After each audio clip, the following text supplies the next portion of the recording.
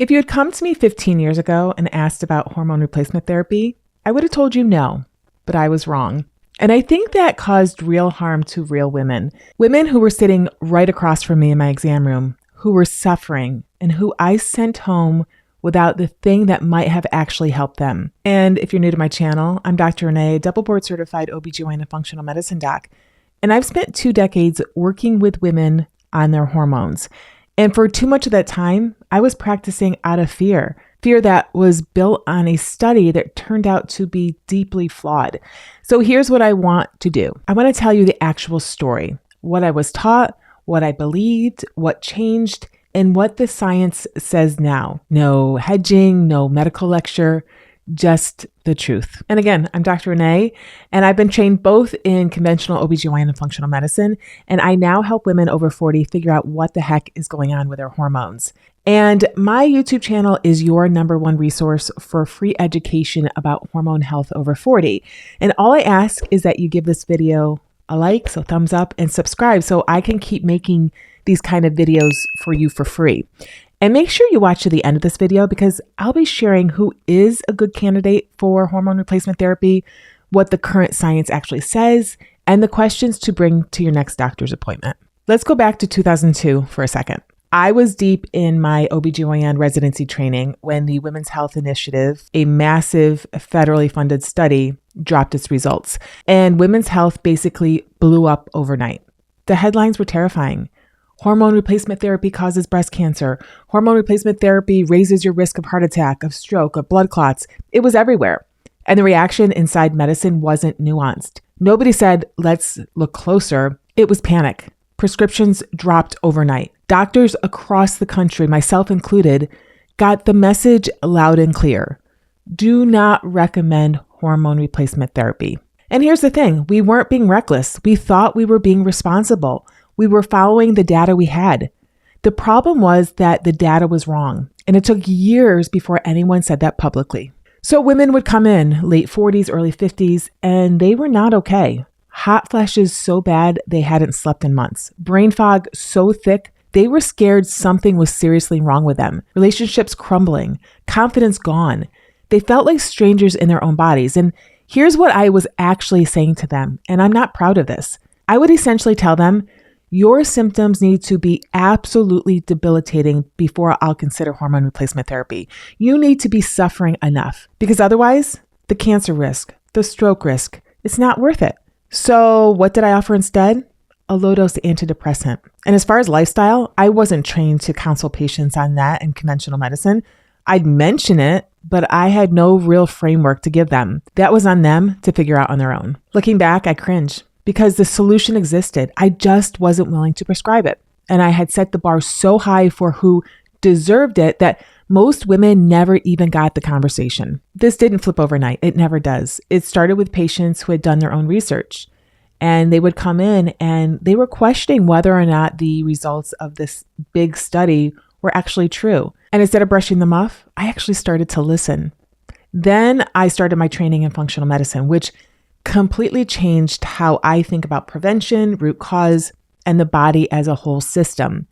I was suddenly in rooms with physicians asking different questions, not just what's the risk of treating her, but what's the risk of not treating her? What happens to a woman's bones, her heart, her brain when we let her live in hormonal freefall for years? So I have to walk you through this because it matters. The first problem, the women in the Women's Health Initiative were not the women we were trying to help. The average age of participants in that study was 63. 63. Most of them were more than a decade past menopause. Some were in their 70s. But when we talk about hormone replacement therapy for menopause symptoms, we're talking about women usually in their late 40s and early 50s. Women who just went through menopause or who are going through it right now. That's like running a drug trial on 75-year-olds and using it to make prescribing decisions for 50-year-olds. That's what we were doing. That's not how medicine is supposed to work. The second problem, the hormones they used aren't what most physicians prescribe today. It's not what I've been prescribing for the last 12 years. The Women's Health Initiative used something called Premarin, conjugated equine estrogen made from horse urine, and paired it with a synthetic progestin called medroxyprogesterone acetate. These are not bioidentical hormones. These don't behave the same way in the body. And here's why that matters. A large meta-analysis published in peer-reviewed literature found that natural progesterone, not synthetic progestins, is associated with a 33% lower breast cancer risk when combined with estrogen. 33% lower. That's not a rounding error. That's a fundamentally different risk profile. The third problem is what scientists now call the timing hypothesis. And this one changed everything for me. When you start hormone replacement therapy matters as much as whether you start it. If you begin hormone therapy within 10 years of menopause, while your cardiovascular system is still healthy, while your brain receptors are still primed, while your bones haven't significantly thinned yet, the risk-benefit picture looks completely different than if you start it at 63, a decade out, in a body that has been without estrogen for years. The FDA itself updated its guidance on this. Women who initiate hormone replacement therapy within 10 years of menopause onset, generally before the age of 60, can see real reductions in all-cause mortality, cardiovascular risk, and bone fractures. The Women's Health Initiative studied the wrong women with the wrong hormones at the wrong time. And an entire generation of doctors built their clinical practice on those results. And I was one of them. So what does the current evidence say for healthy women who start hormone replacement therapy within 10 years of menopause? Here's what I now know. Hormone replacement therapy can reduce cardiovascular risk by as much as 50%. Think about that for a second. Heart disease is the number one killer of women. The old fear was that hormone replacement therapy caused heart attacks. In the right women at the right time, it may actually protect against them. Women who start hormone replacement therapy in the menopause window see a 50 to 60% reduction in bone fracture risk. Osteoporosis is silent until it isn't.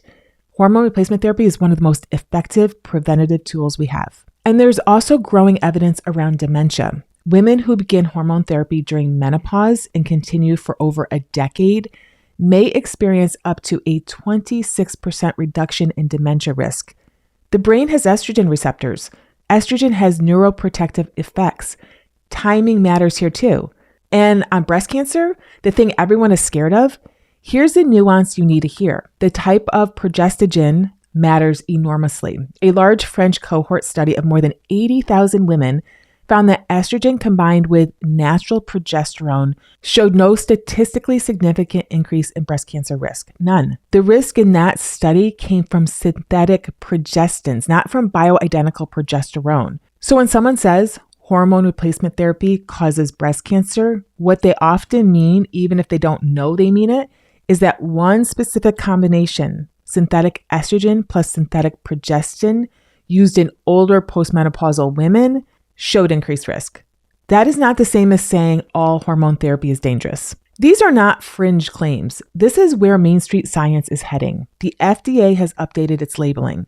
We are in a different era of understanding, and women deserve to know that. So when a woman comes to me today, whether she's 46 and starting to feel the early shifts or 54 and 2 years past her last period, we start with a real conversation. And I want to say something specifically to women in their 60s watching this, because this group of women often gets left out of the conversation entirely. There is a widespread assumption in medicine that if you're more than 10 years past menopause, hormone replacement therapy isn't for you. And for some women, that might be true, but not for all of them. I do treat women over 60 when it's appropriate for them individually. That requires a thorough evaluation, a real conversation about their history, and careful monitoring. But they are not automatically off the table. They deserve that conversation too. I want to know her symptoms, her full history, her family history. We do thorough lab work, not just a basic hormone panel, but a complete picture. What I prescribe now is transdermal bioidentical estradiol, usually a patch, but it could also be a gel or a cream that absorbs through the skin. Going transdermal matters because it bypasses the liver, which can give it a much better cardiovascular safety profile than oral estrogen. For some women who still have a uterus, I pair the transdermal estradiol with bioidentical micronized progesterone. Then we monitor, we adjust, we treat her as an individual, not as a data point from a 2002 study. And now I ask a question I wasn't asking 15 years ago. What is the cost of doing nothing? Because doing nothing has risks too.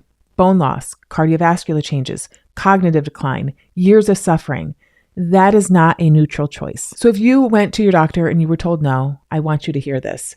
Your doctor is probably not trying to fail you. Most physicians are being cautious based on what they were taught, and caution is appropriate. But caution should be based on current evidence, not a 2002 study that has since been substantially reinterpreted. You are allowed to ask, what study is your recommendation based on? You're allowed to ask, am I within the timing window where hormone replacement therapy might be beneficial for me? And you're allowed to ask for a second opinion. That's not being difficult. That's advocating for yourself, and that is exactly what I want you to do. I want to be clear about this because I believe in giving you the full picture. Hormone replacement therapy is not right for everyone. If you have a personal history of estrogen receptor positive breast cancer, hormone replacement therapy is generally not recommended. If you have a history of blood clots, certain heart conditions, or active liver disease, those things need to be carefully weighed. And if you're more than 10 years past menopause and have never been on hormones, starting late carries a different risk profile that requires a very individualized conversation. I'm not here to tell every woman to go get on hormone replacement therapy. I'm here to tell you that the answer should never be a flat no without a real conversation. You deserve a physician who will actually sit with you and work through it. So I share all of this, including the years I got it wrong, not to make you distrust your doctor. I share it because you deserve the most current information and because I wish someone had told me sooner. Medicine evolves.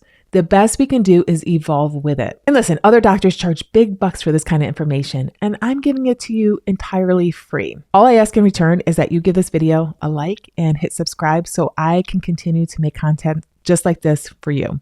And drop a comment below and tell me, did you find this helpful? Was this something your doctor never told you? I read every single comment. And if this resonated with you, share it with a woman in your life who has been told no, who's been handed antidepressants when what she really needed was a real conversation about her hormones. She needs to know there are options. And with that, we're going to see you right back here next week.